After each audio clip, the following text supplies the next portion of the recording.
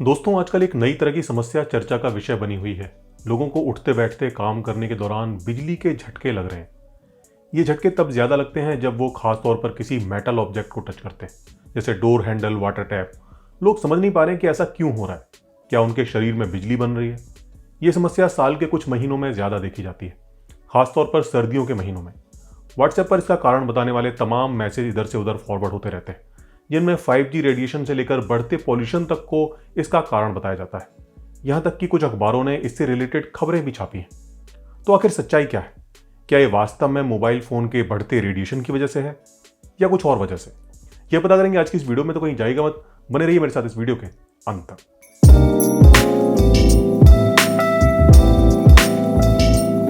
सबसे पहले ये समझ लेते हैं कि आखिर इलेक्ट्रिक शॉक क्या है और ये क्यों लगता है, जो कि मैं समझता हूं आप सभी ने कभी ना कभी एक्सपीरियंस किया ही होगा, जब कभी गलती से आपने किसी वायर को या फिर किसी फॉल्टी इलेक्ट्रिक अप्लायंसेस को छू लिया होगा।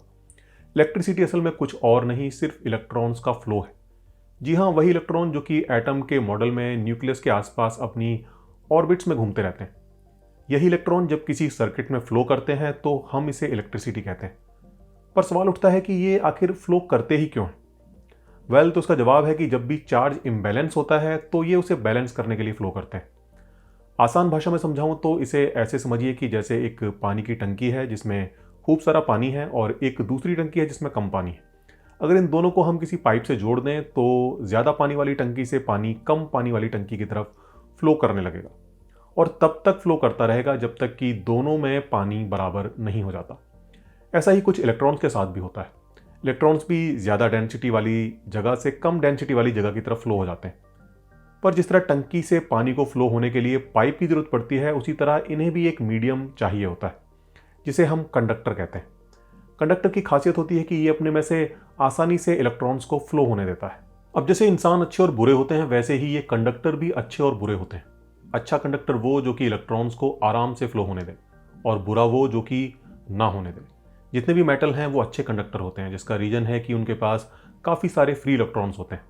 हमारा शरीर भी इलेक्ट्रिसिटी का एक अच्छा तो नहीं पर ठीक ठाक कंडक्टर है, जिसका रीजन है कि हमारे शरीर में काफ़ी क्वांटिटी में पानी मौजूद है। वैसे तो जो प्योर वाटर होता है वो इलेक्ट्रिसिटी का बैड कंडक्टर होता है, लेकिन अगर इसमें कुछ मिनरल्स घुले हों तो ये भी एक ठीक ठाक कंडक्टर बन जाता है।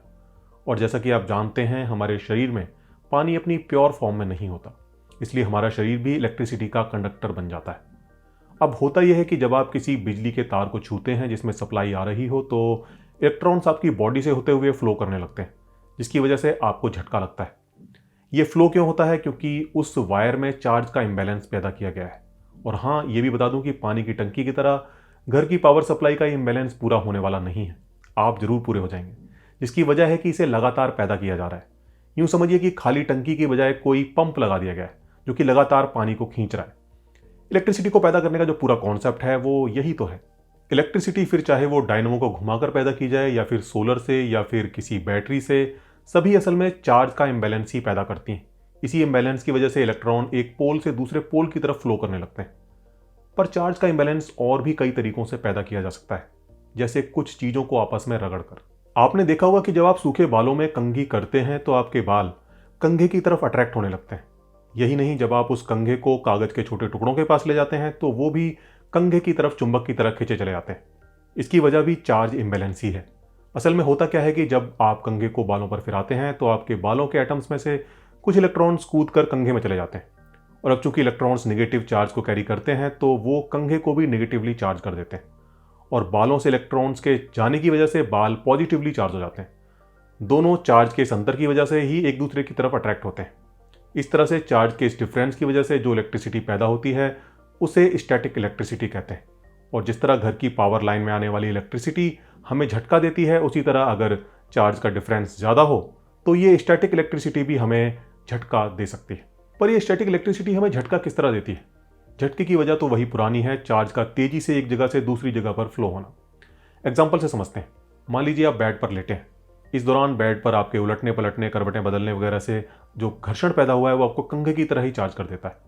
और अगर इस दौरान घर का कोई मेंबर आकर आपको छू ले तो वो चार्ज खुद को बैलेंस करने के लिए तेजी से आपकी बॉडी से उसकी बॉडी में फ्लो होने लगता है, और दोनों को झटका लगता है।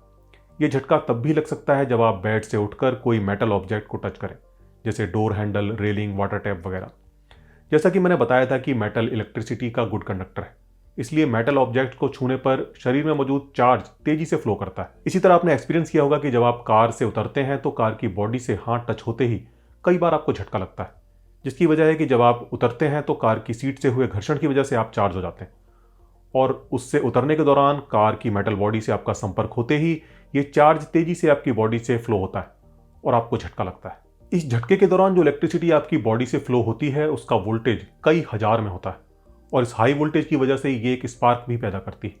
असल में होता क्या है कि चार्ज को बैलेंस करने के लिए इलेक्ट्रॉन्स कोई रास्ता तलाश रहे होते हैं, और जैसे ही आप किसी चीज़ को छूने के लिए हाथ बढ़ाते हैं तो उसे छूने से पहले उस चीज़ के और आपके हाथ के बीच में जो थोड़ा सा गैप बचता है उसके बीच की हवा, जो कि इलेक्ट्रिसिटी की बैड कंडक्टर है, हाई वोल्टेज की वजह से कंडक्टर बन जाती है और इलेक्ट्रॉन उससे होते हुए फ्लो करने लगते हैं।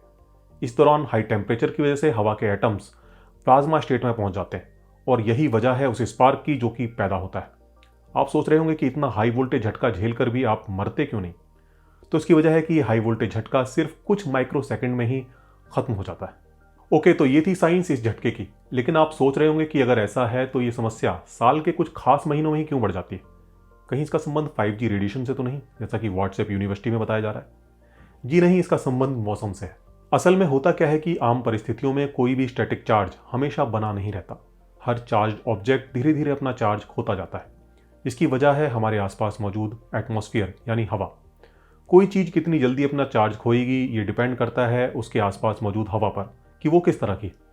यदि हवा में नमी की मात्रा ज़्यादा है तो चीज़ें अपना चार्ज तेज़ी से खोती हैं, क्योंकि नम हवा इलेक्ट्रिसिटी की कंपैरेटिवली अच्छी कंडक्टर है। हवा में नमी की मात्रा कम होने पर चीज़ें थोड़ा लंबे समय तक अपने चार्ज को होल्ड कर सकती हैं, और अगर ये चार्ज बना रहेगा तो चांसेस ज़्यादा हैं कि आप कहीं किसी चीज़ को टच करें तो ये चार्ज फ्लो हो और आपको झटका लगे। सर्दियों के मौसम में या ऐसे दिनों में जब बारिश लंबे समय तक ना हुई हो, हवा में नमी का स्तर काफ़ी कम हो जाता है, और इसीलिए ये समस्या इन दिनों में कुछ ज़्यादा बढ़ जाती है। ओके, ये तो बात हुई समस्या और उसके कारण की। अब बात करते हैं कि इससे बचने के लिए हम क्या कर सकते हैं। इससे बचने का सबसे अच्छा तरीका है कि इस चार्ज को अपने शरीर में जमा ही ना होने देना, और ऐसा हम कर सकते हैं इसे बनने से ही पहले इसे ग्राउंड करके। ऐसा किस तरह किया जा सकता है? तो कुछ आसान उपाय हैं जिन्हें अपनाकर आप ऐसा कर सकते हैं।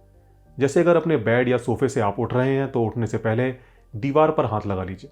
इससे होगा ये कि जो चार्ज आपके शरीर में बेड के घर्षण से बनेगा वो आपके दीवार के टच में होने से साथ के साथ ग्राउंड होता जाएगा। इसी तरह कार से उतरते समय भी अगर आप उतरने से पहले कार की मेटल बॉडी को कहीं से पकड़ कर रखें तो ये चार्ज साथ के साथ ग्राउंड होता जाएगा और आप इस झटके से बच जाएंगे। तो दोस्तों, उम्मीद करता हूं ये जानकारी आपको पसंद आई होगी। अगर आई है तो इस वीडियो को लाइक जरूर कीजिए और इसे अपने दोस्तों में शेयर भी कीजिए। जल्दी ही ऐसी जानकारी से भरपूर एक और वीडियो के साथ आपसे फिर मुलाकात होगी। तब तक के लिए goodbye and take care.